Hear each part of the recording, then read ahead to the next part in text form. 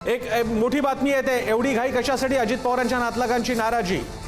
एक मोठी बातमी येते, अजित पवार यांच्याही नातलगांनी व्यक्त केले मत, अस्थि विसर्जन झाल्या नसताना बैठका का घेतल्या असा सवाल विचारला गेलेला आहे। एवढी घाई कशासाठी? अजित पवारांचं 10वं देखील होऊ दिलं नाही, एवढे राजकीय निर्णय कसे काय घेण्यात आले याची सुद्धा माहिती येते समोर। कुटुंब दुःखात असताना शपथविधीची घाई कुणाला झाली आहे असाही सवाल विचारला गेलाय। शिवाजी काळे दिल्लीहून आपल्या बरोबर आहेत। शिवाजी, अगदीच म्हणजे अजित पवार यांच्या जाण्याची वेळ चुकली, त्याच पद्धतीने शपथविधीची देखील वेळ चुकली अशी प्रतिक्रिया येताना समोर पाहायला मिळते। हे काय मुख्यमंत्री पद नव्हतं की जे खाली ठेवलं जाऊ शकत नव्हतं। अजितदादांची अस्थि विसर्जन सुरू असताना बैठका घेण्यात आल्या, त्याचबरोबर अजितदादांच्या जाण्यानं पवार कुटुंबीय दुःखी असताना पवार कुटुंबातील कोणत्याही सदस्याशी, खास करून त्यांच्या भावाशी किंवा बहिणीशी कुठलीही चर्चा करण्यात आली नाही आणि अशा परिस्थितीमध्ये ताबडतोब शपथविधी करण्याचा निर्णय घेण्यात आला।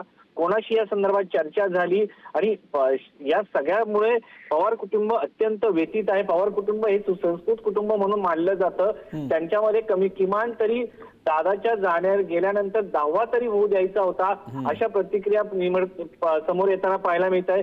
दादाची राखही झाली नव्हती, दादांची अस्थि विसर्जन झालं नव्हतं, त्या स्थितीमध्ये दादांच्या पश्चात ताबडतोब त्यांची जागा घेण्याची घाई नक्की कोणाला झाली होती असा सवाल पवार कुटुंबातील एका सदस्याने उपस्थित केला। आणि हे कोण करत आहे नक्की? पवार कुटुंबाची प्रतिमा ही राज्यामध्ये एक सुसंस्कृत कुटुंब म्हणून आहे आणि या कुटुंबातील सदस्यांच्या शपथविधी 4थ्या दिवशी होतो, तेही अजित पवार सारखा व्यक्ती, करता माणूस घरातला गेल्यानंतर ही सगळी परिस्थिती कोण निर्माण करते असा संतप्त सवाल जो आहे कुटुंबाकडून उपस्थित करण्यात आलेला आहे। प्रसन्न सर, शिवाजी, या घडामोडी इतक्या वेगाने चाललेल्या आहेत की याचा प्रोसेस करून याचे अर्थ कसे लावायचे हा स्वतःमध्ये एक प्रश्न आहे। आपल्यासोबत मृणालिनी नानिवडेकर आहेत, त्यांच्याकडे मी एक शेवटचा प्रश्न घेऊन जाईन कारण त्यानंतर आपल्याला अन्य बातम्या बघायच्या आहेत। मृणालिनीची 2 घटना, एक वेगाने घडणाऱ्या घडामोडी, दोन्ही सध्या ज्या बातम्या येत आहेत त्या, पण त्या दृष्टीने पाहता आता तर बातमी येते की अजित पवारांकडचे नातेवाईक म्हणतात एवढी घाई कशासाठी, आणि इकडे तर उद्या शपथविधीची सुद्धा तयारी सुरू होते। काय नेमकं चाललंय हे?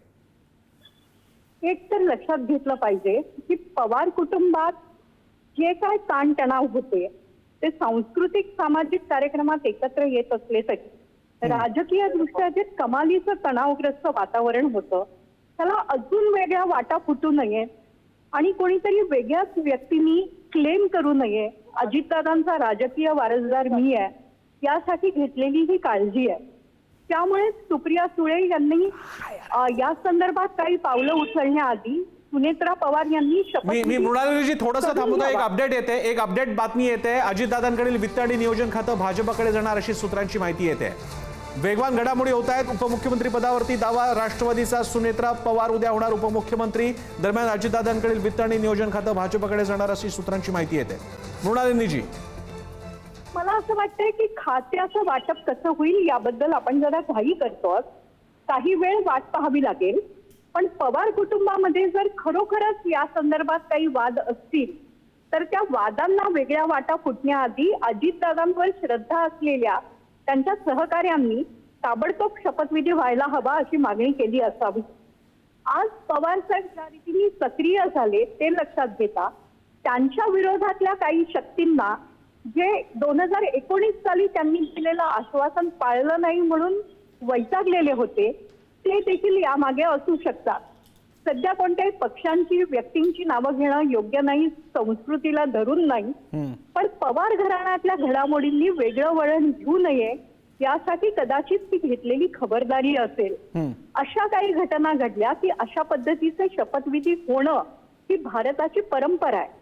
मला आता आठवत नाही आहे MG रामचंद्रन गेल्यानंतर जानकी अम्मांनी केव्हा शपथ घेतली, पण अशा पद्धतीने वारसा ताबडतोब पत्नीकडे जावा या हालचाली भारतात होत असतात।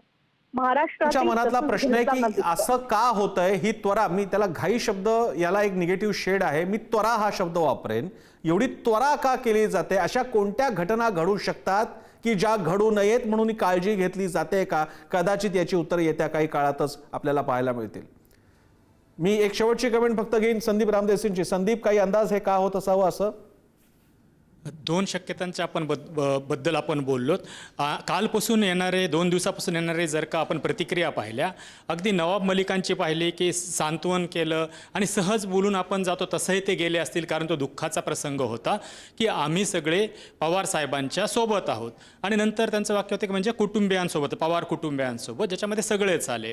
आत्ता आपण सकाळपासनं हिरामन खोसकर असतील, नरहरी झिरवाळ असतील, आणखी काही आमदार असतील जे थेट प्रतिक्रिया देत नाहीत पण आपल्याला फोनवरून सांगतायत की पवार साहेब जे ठरवतील ते आम्ही करू. ही कोण मंडळी आहेत? तर ही आत्ता अजितदादांच्या राष्ट्रवादीमधली सुद्धा आमदार मंडळी आहेत.